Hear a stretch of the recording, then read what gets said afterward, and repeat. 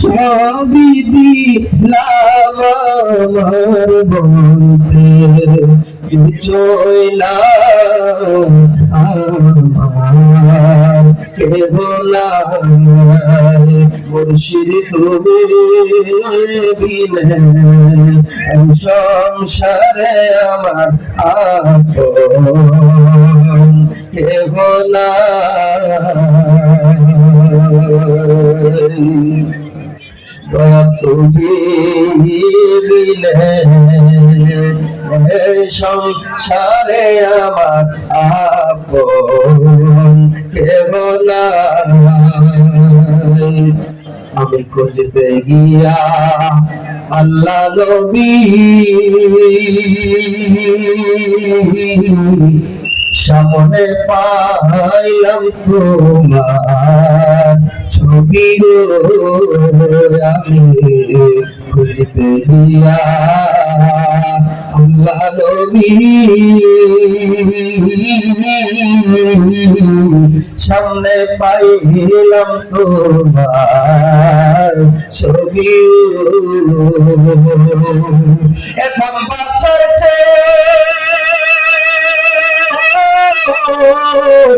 মরণ ভালো বাঁচার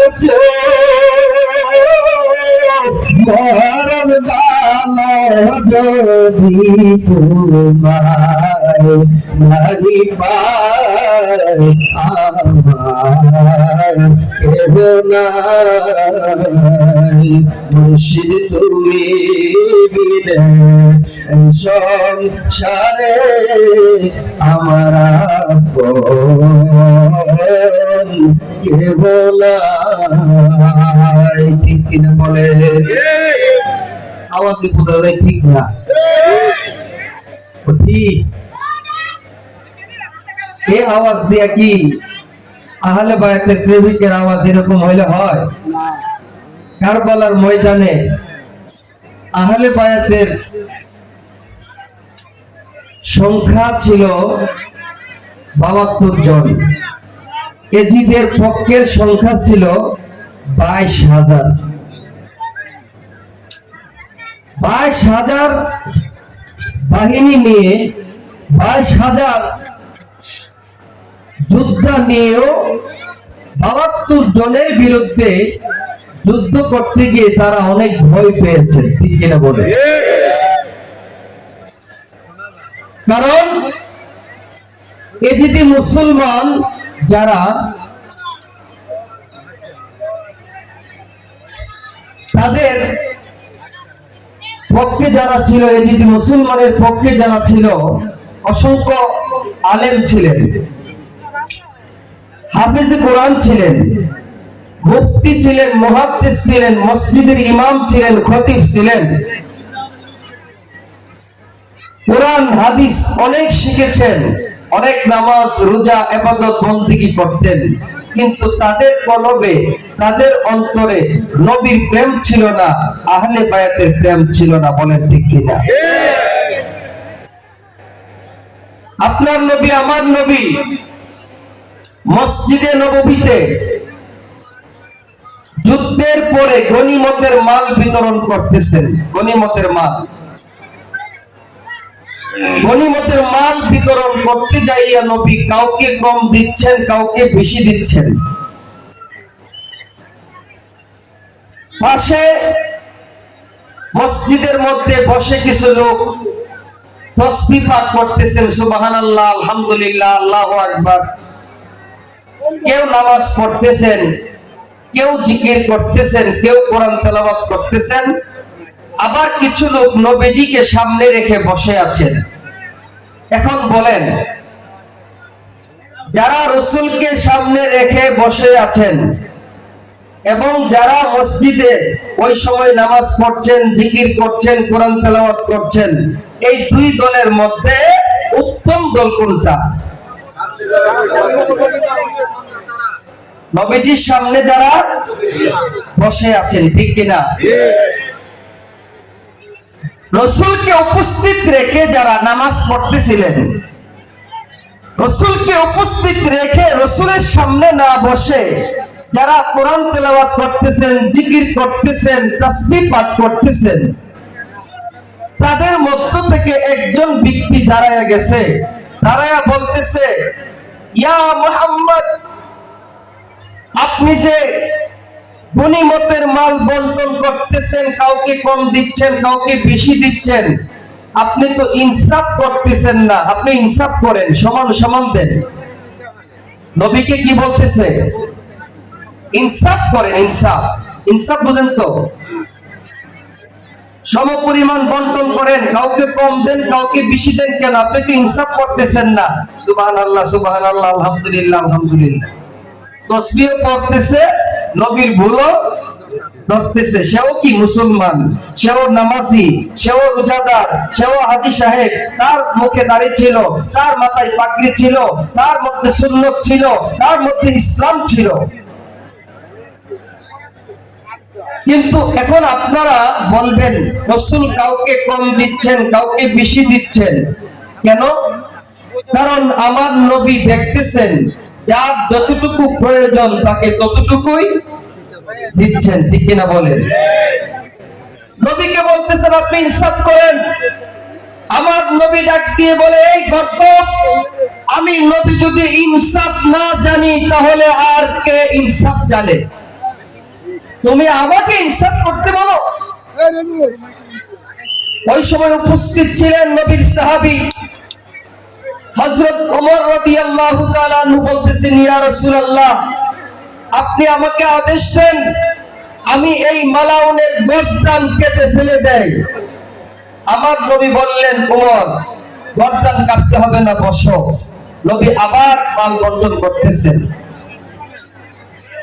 তখন আরেকজন ব্যক্তি নামাজ পড়তেছিল, ওই ব্যক্তি নামাজের সালাম ফিরাইয়া বলতেছে, ইয়া মুহাম্মদ, আপনি আল্লাহকে ভয় করেন। কি করেন? আল্লাহকে ভয় করেন। আমার নবী বলতেছেন, তুমি আমাকে বলতেছো আল্লাহকে ভয় করার জন্য, অথচ আমি আল্লাহর হাবিব, আমি আল্লাহ দুষ্ট, আমি আল্লাহর বন্ধু। আমাকে সৃষ্টি না করিয়ে আল্লাহ কুল কায়নাতের কোনো কিছুই সৃষ্টি করতেন না। আমি মানুষকে হেদায়েত দেওয়ার জন্য আল্লাহ আমাকে পাঠিয়েছেন। আমি ইমামুল মুরসালিন, আমি খাতামুন নবিয়্যিন, আমি রাহমাতুল লিল আলামিন। তুমি আমাকে বলতেছো ইনসাফ করার জন্য। তখন হযরত ওমর বলতেছে, ইয়া রাসূলুল্লাহ, আপনি আমাকে আদেশ দেন, এই মালাউনের গর্দান কেটে ফেলে দেন। আমার নবী বলেন, ওমর, গর্দান কাটতে হবে না, আমি তাদের ব্যাপারে ভবিষ্যৎবাণী করে দিয়ে যাই। তখন নবী ভবিষ্যৎবাণী করলেন। আমার নবী বললেন, এই জাত কিয়ামত পর্যন্ত থাকবে, এই জাত কিয়ামত পর্যন্ত থাকবে। ওরা এত পরিমাণ নামাজ পড়বে, ওরা এত পরিমাণ রোজা রাখবে, ওরা এত পরিমাণ কোরআন তেলাওয়াত করবে, ওরা এত পরিমাণ ইবাদত বندگی করবে। ওমর, তাদের ইবাদত বندگی দেখে তোমরা লজ্জা পাইবা। বলবা, আরে এরা এত ইবাদত করে, এরা এত নামাজ পড়ে, এরা এত রোজা রাখে, এরা এত কোরআন তেলাওয়াত করে, এত ইবাদত বندگی তাদের, আমরা তো তাদের মতো করতে পারি না। তাদের ইবাদত দেখে, তাদের নামাজ দেখে, তাদের রোজা দেখে, তাদের হজ দেখে, তাদের দান খয়রাত দেখে, তাদের টুপি দেখে, তাদের দাড়ি দেখে, তাদের সুন্নাত দেখে, তাদের ইসলাম দেখে তোমরা লজ্জা পাইবা। কারণ তারা যে পরিমাণ ইবাদত করবে, সেই পরিমাণ ইবাদত তোমরা করতে পারবে না। এই কথা কে বলতেছেন? বলেন না, কে বলতেছেন? নবী বলতেছেন, কিয়ামত পর্যন্ত এই বাহিনী থাকবে। ওমর, শুনে রাখো, যদিও তারা নামাজের দিক থেকে আগায়া থাকবেন, যদিও তারা রোজার দিক থেকে আগায়া থাকবেন, যদিও তারা হজের দিক থেকে আগায়া থাকবেন, ইবাদত বندگির দিক থেকে আগায়া থাকবেন, শুনে রাখো, আমার নবী স্পষ্ট ভাষায় বলতেছেন, ইসলাম তাদের কণ্ঠনালীর নিচে পৌঁছাবে না, ইসলাম তাদের কণ্ঠের নিচে পৌঁছাবে না, ইসলাম তাদের সিনায় পৌঁছাবে না। তারা আমার নবীকে ভালোবাসতে পারবে না। পরবর্তীতে এদের এই ধরনের মুসলমানরাই মা ফাতেমাকে শহীদ করেছেন। পরবর্তীতে এই ধরনের মুসলমানরাই মওলা আলী আলাইহিস সালামকে শহীদ করেছেন। পরবর্তীতে এই ধরনের মুসলমানরাই ইমাম হাসান আলাইহিস সালামকে শহীদ করেছেন। পরবর্তীতে এই ধরনের মুসলমানরাই কারবালার ময়দানে ইমাম হুসাইন আলাইহিস সালামকে শহীদ করেছেন। পরবর্তীতে এই ধরনের মুসলমানরাই 6 মাসের শিশু বাচ্চা আলী আসগরকে শহীদ করেছেন। পরবর্তীতে এই ধরনের মুসলমানরাই আজও পর্যন্ত ওলি আল্লাহর বিরোধিতা করে, আওলাদে রাসূলের বিরোধিতা করে, কারবালার বিরোধিতা করে, নবীর শানের বিরোধিতা করে। বলেন ঠিক কিনা? এরা মসজিদ বানাই, মাদ্রাসা বানাই, বেশি বেশি করে ইসলামের কথা বলে, কোরআন হাতে নিয়ে ওলি আল্লাহর বিরোধিতা করে, কোরআন হাতে নিয়ে আওলাদ রাসূলের বিরোধিতা করে। স্পষ্ট ভাষায় জানিয়ে দিতে চাই, এই ভারত উপমহাদেশে ইসলাম কোন নবী প্রচার করে নাই, ঠিক কিনা? এই ভারত উপমহাদেশে ইসলাম প্রচার সাহাবায়ে কেরাম করে নাই। এই ভারত উপমহাদেশে ইসলাম প্রচার করেছেন খাজা মাঈনুদ্দিন চিশতি সঞ্জারি আজমেরি রহমাতুল্লাহ আলাইহি, ঠিক কিনা? এই সমস্ত এজিদ বাহিনীরা, এই সমস্ত এজিদি মুসলমানরা যেই খাজা বাবাকে গাজা বাবা বলে, ঠিক কিনা বলে? কোন ব্যক্তি যদি খাজা বাবাকে গাজা বাবা বলে, কোন ব্যক্তি যদি ওলি আল্লাহর অবদানকে অস্বীকার করে, সরাসরি ইসলামকে অস্বীকার করা হয়ে যায়, ঠিক কিনা বলে? এই ভারত উপমহাদেশে যখন খাজা মাঈনুদ্দিন চিশতি সঞ্জারি আজমেরি রহমাতুল্লাহ আলাইহি এসেছেন, কোন মুসলমান নাই। ওনার হাতে 90 লক্ষ বেদুইন কালিমা পড়ে ইসলাম ধর্ম গ্রহণ করেছেন, ঠিক কিনা বলেন? এই ভারত উপমহাদেশে ইসলাম প্রচার করেছেন শাহজালাল মুজাররদ ইয়ামানি রহমাতুল্লাহ আলাইহি। এই ভারত উপমহাদেশে ইসলাম প্রচার করেছেন শাহফরান মুজাররদ ইয়ামানি রহমাতুল্লাহ আলাইহি। এই ভারত উপমহাদেশে ইসলাম প্রচার করেছেন বাবা ভান্ডারী রহমাতুল্লাহ আলাইহি। এই দেশে ইসলাম প্রচার করেছেন গুলাব শাহ রহমাতুল্লাহ আলাইহি। এই দেশে ইসলাম প্রচার করেছেন শাহ আলী মুগদাদি রহমাতুল্লাহ আলাইহি। এই দেশে ইসলাম প্রচার করেছেন হযরত বাবা হায়দারি কেবলা কাবার পূর্বপুরুষগণ, ঠিক কিনা বলেন? কথা ঠিক না বেঠিক? আপনারা যদি ঠিক বলেন তাও ঠিক, ঠিক না বললেও ঠিক। আমি মিথ্যা কথা বলতেছি না, ঠিক কিনা? উপস্থিত জনতা সকলে যে ঠিক বলবে আর সকলে ঠিক না বললে যে আমার কথা ভুল হয়ে যাবে, বিষয়টা কিন্তু এরকম নাই। কারণ ঠিক বলা না বলাতে আমার কথা ঠিক আর বেঠিক হবে না, ঠিক কিনা? প্রেমিকরা বলবে ঠিক, কারণ আজও টুপিওয়ালা মুসলমান, নামাজওয়ালা মুসলমান, কোরআনওয়ালা মুসলমান আজও যেমন ওলি আল্লাহর বিরোধিতা করতেছেন, এটা কোনো নতুন বিষয় নয়। মসজিদে নববীতে রাসূল পাকের বিরোধিতা করেছেন, সরাসরি নবীর সামনে রাসূল পাকের বিরোধিতা করেছেন। সেই জাত কিয়ামত পর্যন্ত থাকবে, এটা আমার নবীর ভবিষ্যৎবাণী, ঠিক কিনা বলেন? সম্মানিত হাজিরিন, পাক পঞ্জাতনের বাইরে ইসলাম নাই, ইসলাম পাক পঞ্জাতনের বাইরে নাই। পাক পঞ্জাতন যদি কেউ না মানে, আহলে বাইত যদি কেউ না মানে, তাহলে ইসলাম মানা হয় না, ঠিক কিনা বলে? কাফেরেরা লক্ষ্য করলো যে এই যে ইসলাম ইসলাম বলে মোহাম্মদ যখন দুনিয়া থেকে বিদায় হয়ে যাবে, তখন তো তার ইসলামও শেষ হয়ে যাবে, ঠিক কিনা বলেন? মোহাম্মদ যখন দুনিয়া থেকে বিদায় হয়ে যাবে, তখন তার ইসলামও কি হয়ে যাবে? শেষ হয়ে যাবে। এটা কাফেরদের ধারণা ছিল। কেন ধারণা ছিল? কারণ মুহাম্মদের কোনো পুত্র সন্তান, কথা বলতে হবে, মুহাম্মদের কোনো পুত্র সন্তান আমার নবীর কোন পুত্র সন্তান ছিল না। তো কাফেররা চিন্তা করলো যেহেতু তার কোনো সন্তান নাই, ছেলে নাই, তাহলে তো তার ধর্ম বেশি দিন টিকবে না। নবীজির মন বেজার হয়ে গেছে কথা শুনে। নবীজিকে এরা লেজ কাটা বলতো।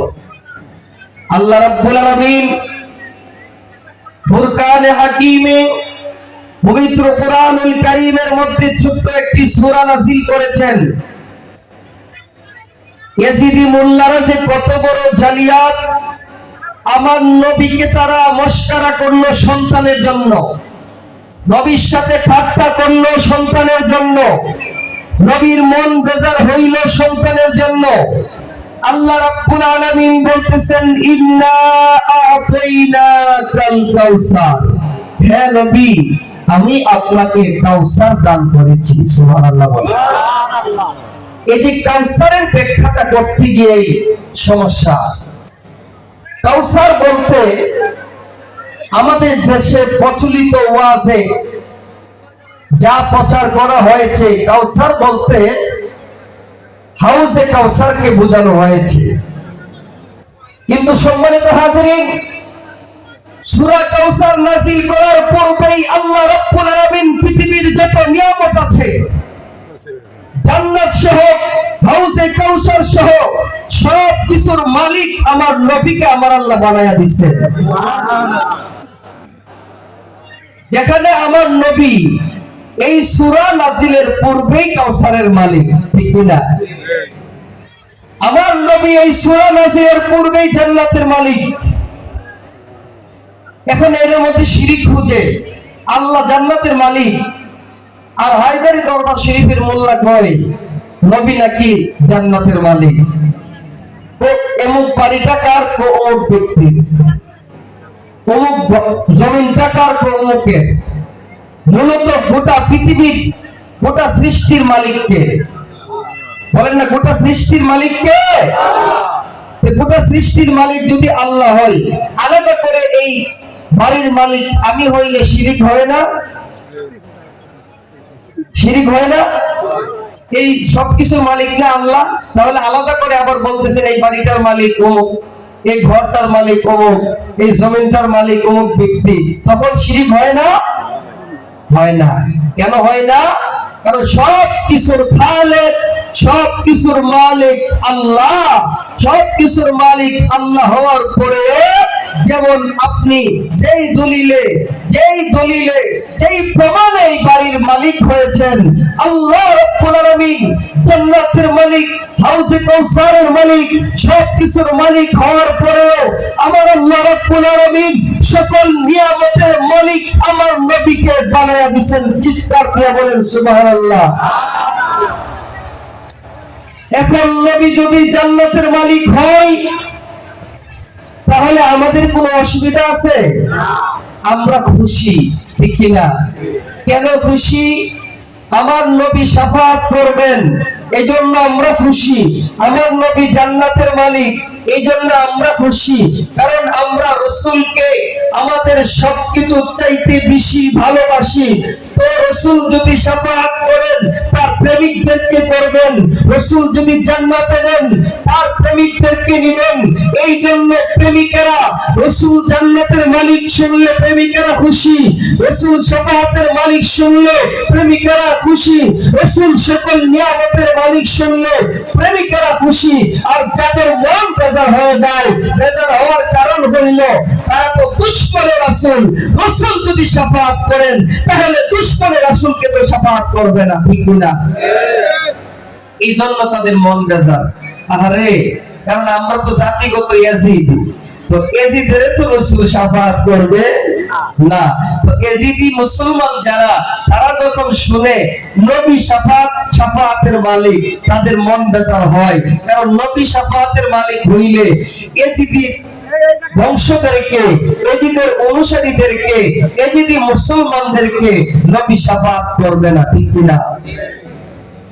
নবী জান্নাতের মালিক, ইমাম হাসান হুসাইন বেহেশতি সকল পুরুষের সর্দার, মা ফাতেমা বেহেশতি সকল নারীদের সর্দারনি। এবং মৌলা আলীকে সেদিন ইমাম হাসান হুসাইনের চাইতে মা ফাতেমার চাইতে আরো উপরের মর্যাদা দেবেন। চিৎকার দিয়ে বলেন আল্লাহু আকবার। সম্মানিত হাজিরিন, হাজার হাজার মানুষ আজকে হায়দারি দরবার শরীফে বাংলাদেশের বিভিন্ন এলাকা থেকে আপনারা উপস্থিত হয়েছেন। কি নেওয়ার জন্য, কি বুঝার জন্য, কি পাওয়ার জন্য আল্লাহর ওলির দরবারে এসেছেন? কি পাওয়ার জন্য? দেখেন, অন্যান্য দরবার, বাংলাদেশে অসংখ্য দরবার শরীফ আছে, তার মধ্যে কিছু কিছু হক দরবার শরীফও আছে, কিছু কিছু ভণ্ড দরবার শরীফও আছে। সম্মানিত হাজিরিন,